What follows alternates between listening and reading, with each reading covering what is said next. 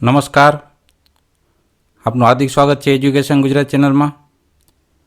આજે આપણે ધોરણ 6ના મેથ્સ વિષયનો ચેપ્ટર 7મું અપૂર્ણાંક સંખ્યાઓ આ પાઠના સ્વાધ્યાય પોથીનું સંપૂર્ણ સોલ્યુશન આપણે વિડીયોના માધ્યમથી શીખવાના છીએ। ચેનલ પર નવા વિડીયો ચેનલ સબસ્ક્રાઈબ કરો, વિડીયો ગમે લાઈક શેર કરી દેજો। પ્રશ્ન પહેલો છે, પ્રત્યેક વિધાન સાચું બને રીતના ખાલી જગ્યા પૂરી। પહેલી ખાલી જગ્યા, એક વસ્તુના 5 ભાગ કરીએ તો દરેક ભાગને કેટલા વડે દર્શાવાય? ટોટલ ભાગ કેટલા? 5, એ છેદમાં રાખવાનો, એમાંથી એક ભાગ તો 1/5 થયું। એ જ રીતના બીજો પ્રશ્ન, એક વસ્તુના 8 ભાગ કરીએ તો એના 3 ભાગને કેટલા વડે દર્શાવાય? તો કુલ ભાગ કેટલા? 8, એના 3 ભાગ એટલે 3/8। ત્રીજી ખાલી ગયા, અપૂર્ણાંકમાં 4/9 છે તો 4/9 એટલે કે અંશ થયો એ 4, જ્યારે 5/12 છે તો 12 થયો એ છેદ થયો। જેનો 15 છેદ હોય, અંશ 8 હોય તો 8/15 એમ અપૂર્ણાંક લખાય। ત્યારબાદ છઠ્ઠી ખાલી ગયા, 7/9 શબ્દમાં તો 7 9 આ રીતના લખાય। સાતમી ખાલી ગયા, 4 15 અંકમાં તો કે 4/15 લખાય। અહીં આપણે 3/4 છે તો 20ના અંશમાં કેટલા થશે? અહીં જો 3/4 છે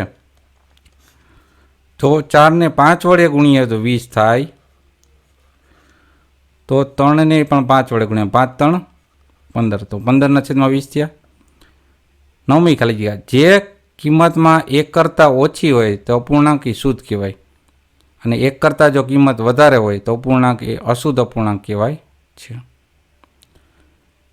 જેના અંશ અને છેદ સરખા હોય તો અપૂર્ણાંકની કિંમત 1 આવશે। દાખલા તરીકે 12/12 તો 12 ઉડી ગયા એટલે 1 વધશે। 12મી ખાલી ગયા, શુદ્ધ અપૂર્ણાંકના છેદ કરતાં અંશ નાનો હશે, જ્યારે અશુદ્ધ અપૂર્ણાંકમાં છેદ કરતાં અંશ કેવો હશે? મોટો, આ રીતના 3/4 આ શુદ્ધ કહેવાય અને 4/3 આ શુદ્ધ કહેવાય। 14મી ખાલી ગયા, જો અપૂર્ણાંકના છેદ વડે અંશને નિશેષ ભાંગી શકાય તો પૂર્ણ સંખ્યા હોય છે। ત્યારબાદ આ સરવાળો કરવાનો, બરાબર। 2 2 4 વત્તા 1 એટલે કે 5/2 વત્તા 3 2 6, હા અહીં જો લખાયું છે 5/2, આ 3 2 6 ને 1 7/2, 5 વત્તા 7 એટલે સરવાળો કર્યો એટલે 12, 6 2 12 એટલે જવાબ આપણે મળ્યો 6। ત્યારબાદ 16મી ખાલી જગ્યા છે, 5 કલાક એ દિવસનો કેટલામાં ભાગ થાય? તો 24, ટોટલ આખા દિવસના કલાક કેટલા? 24, એના ઉપર લખવાના 5। ત્યારબાદ 13 મિનિટ એ કેટલા કલાકનું થાય? તો મિનિટ કેટલી થાય કલાકની? 60 મિનિટ, તો 13/60 ભાગ થયો। 18મી કલાક, 2 થી 11 સુધીની પ્રાકૃતિક સંખ્યા અવિભાજ્ય સંખ્યાનો ભાગ તો એ થશે 5/10, બરાબર। બીજો પ્રશ્ન, કૌંસમાં આપેલા વિકલ્પમાંથી સાચો વિકલ્પ શોધીને ખાલી જગ્યા પૂરવાની। પેલી છે 3/4 તો 21 કેટલા?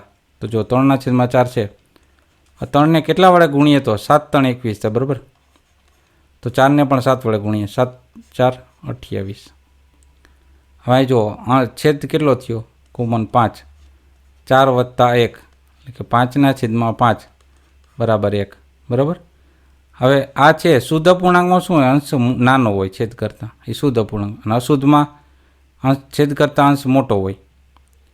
3 વત્તા 1/2 કરીએ ને સરવાળો એટલે 7/2 થાય છે। એક પૂર્ણાંક 1/4 એ મિશ્ર અપૂર્ણાંક કહેવાય, કારણ કે આ પૂર્ણાંક સંખ્યા અને અપૂર્ણાંક બેનો સરવાળો કરી એટલે મિશ્ર સંખ્યા। 7મી ખાલી ગયા, 18/9 તે પૂર્ણ સંખ્યા કઈ રીતના? એ જો 9 2 18 ભાગાયેલા 9 9 વયા ગયા એટલે જવાબ કેટલો મળ્યો? 2, તો 2 છે કેવી છે? પૂર્ણ સંખ્યા। 8મી ખાલી ગયા, 3/4 છેદમાં છે, બરાબર 36। હવે 4ને કેટલા વડે ગુણીએ? 36 થાય, 12 4 બરાબર, સોરી 9 4 36, તો 9 3 27 થયા। જો 9મી ખાલી ગયા, 3 પૂર્ણાંક 5 11 અંકમાં લખે તો 3 પૂર્ણાંક આ બાજુમાં, આ છેલ્લો ઓપ્શન સાચો છે, 3 પૂર્ણાંક 5/11। 10મી ખાલી જગ્યા, જેમાં છેદ સરખા છે એટલે સમછેદીય પૂર્ણાંક કહેવાય। આ બેનો સરવાળો, છેદમાં 9 તો કોમન છે, 5 વત્તા 2 એટલે 7/9, 8માંથી 2 જાય એટલે 6/13। ત્યારબાદ આનો સરવાળો કરીએ તમે તો 12 લસા આવશે, અહીં જુઓ 12/, આ રીતના બાજુમાં કરી દઉં તમને, 3/4 વત્તા 2/3, સમછેદી નથી એટલે સમછેદી કરવો લસા કાઢવો પડે. લસા મળ્યો આપને લઘુત્તમ સામાન્ય અવયવી 12 મળ્યો આપને, બરાબર. તો 4ને 3 વડે ગુણ્યો હોય તો અંશને પણ 3 વડે ગુણવાના, વત્તા છેદમાં 3ને 4 વડે ગુણીએ તો 2ને પણ 4 વડે ગુણવાના. 3 9 છેદમાં 12 વત્તા 8 છેદમાં 12. 12 કાઢ્યા સામાન્ય, 9 વત્તા 8 લેવા 17 છેદમાં 12. એટલે આપણે મિશ્રમાં ફેરવીએ એટલે થાય 12 12 એકુ 12, 12 ને 5 17 એટલે 1 પૂર્ણાંક 5 છેદમાં 12 જવાબ મળશે આપણે. ત્યારબાદ એને બાદબાકી કરીએ એટલે જવાબ મળશે 1 છેદમાં 2. 15મી ખાલી જગ્યા અપૂર્ણાંક 15 છેદમાં 15 તો એ કિંમત મળશે 1. 16મો પ્રશ્ન છે 1 પૂર્ણાંક 4 છેદમાં 5 સંખ્યા રેખા ઉપર એ ક્યાં આવશે તો 1 અને 2ની વચ્ચે. 3 છેદમાં 5 એ સમાન અપૂર્ણાંક અને ગોતવા હોય તો કે 3 3 9 ને 5 3 15 એટલે 9 છેદમાં 15. 20 છેદમાં 25 અંશ અને છેદ બંને સમાન હોય અવયવ 5 છે, બરાબર, કારણ કે 5 4 20 ને 25 25 25. પછી આમાં નાનું કોણ છે તો 17 છેદમાં 25 નાના કહેવાય. 7 છેદમાં 10 માંથી 4 છેદમાં 10 બાદ કરીએ તો 3 છેદમાં 10 જવાબ મળશે. ત્રીજી ખાલી જગ્યા એમાં પહેલો છે, બરાબર, આ ઓપ્શનવાળો. હવે એમાં 7 છેદમાં 23 ઉમેરીએ ને 5 છેદમાં 23 એટલે 12 છેદમાં 23 જવાબ મળશે. પછી આ બેનો સરવાળો કરશો એટલે જવાબ મળશે 3, જે અહીંયા દાખલો ગણીને તમને દર્શાવ્યો છે. ત્યારબાદ ત્રીજો 3 છેદમાં 7નો સમાન અપૂર્ણાંક 3 3 9 3 7 21 9 છેદમાં 21. આ અપૂર્ણાંક છે એ મિશ્ર અપૂર્ણાંક છે. 4 પૂર્ણાંક 1 છેદમાં 5. 15 15 રદ કરીએ તો જ 1 થાય. અહીંયા 25 25 25 9 5 45 એટલે 25 છેદમાં 45 જવાબ મળે. આ બે સમાન જ છે. શું કામ? 7 5 35 12 5 60 5 5 રદ થઈ જાય એટલે બે સમાન થયા. આમાં નાનું કોણ છે? 2 છેદમાં 3 નાના છે. 9મી ખાલી જગ્યા આમાં 5 છેદમાં 9 નાનું છે, આમાં 4 છેદમાં 5 નાના છે એટલે બધું કોણી, બરાબર. 11મી ખાલી જગ્યા સમછેદી છે એટલે અંશનો સરવાળો 4 વત્તા 3 એટલે 7 7 વત્તા 2 એટલે 9 છેદમાં 11. 12મું છે અતિ સંક્ષિપ્ત રૂપ તો 6 4 24 7 4 28 4 4 રદ થઈ ગયા એટલે 6 છેદમાં 7. પછી સમછેદી અપૂર્ણાંકો છેદ સરખા હોય કયો છે એ ઓપ્શન 5 છેદમાં 12 ને 3 છેદમાં 12. 14મી ખાલી ગઈ જેના અંશ કરતાં છેદ 5 વધારે હોય તો એ અપૂર્ણાંક કેવા થયા? 11 છેદમાં 16 જેવા. 12 છેદમાં 18નો સમાન અપૂર્ણાંક એ 30 છેદમાં 20 નથી. પછી ખરા ખોટા છે ચોથામાં. પહેલું ખોટું છે, બીજું ખોટું છે, ત્રીજું ખોટું છે, ચોથું સાચું છે, 5મું ને 6ઠું ખોટું, 7મું 8મું સાચું છે, પછી 9મું ખોટું છે, 10મું ને 11મું સાચું, 12મું ખોટું છે. 5મો પ્રશ્ન નીચેની આકૃતિમાં છાયાંકિત ભાગ કયો અપૂર્ણાંક દર્શાવ્યો છે? ટોટલ ભાગ કેટલા? 4 અને છાયાંકિત કેટલો? 1 તો 1 છેદમાં 4 થયા. અહીંયા 1 છેદમાં 2 અડધું થયું. અહીંયા છાયાંકિત કેટલા? 3 ભાગ છે, 3 છેદમાં 4. અહીંયા છાયાંકિત કેટલા? 2 ભાગ છે 3માંથી એટલે 2 છેદમાં 3. અહીંયા 3 છે, બરાબર, તો એમાંથી એક જ છાયાંકિત ભાગ થયો. 6થો પ્રશ્ન હવે આમાં ટોટલ જે ભાગ હોય ને પહેલાં લખવાના 1 2 3 4 5 6 7 8 8 ભાગ છેદમાં આ રેખાંકિત ભાગ કેટલા છે? 4 તો 4 છેદમાં 8. આ થશે એ રીતના 5 છેદમાં 10. ટોટલ હોય નીચે છેદમાં, આ રેખાંકિત હોય અંશમાં. આ જો 18 થયા તો રેખાંકિત કેટલા? 1 2 3 4 5 6 7 8 ને 9 તો 9 છેદમાં 18. અહીંયા તમે જો ટોટલ 1 2 3 4 સોરી 1 2 3 1 2 3 4 5 ને 6 6 3 18 ને 19 ટોટલ 19 છે. એમાં રેખાંકિત કેટલા છે? 1 2 3 4 ને 5 તો 5 છેદમાં 19 થયું.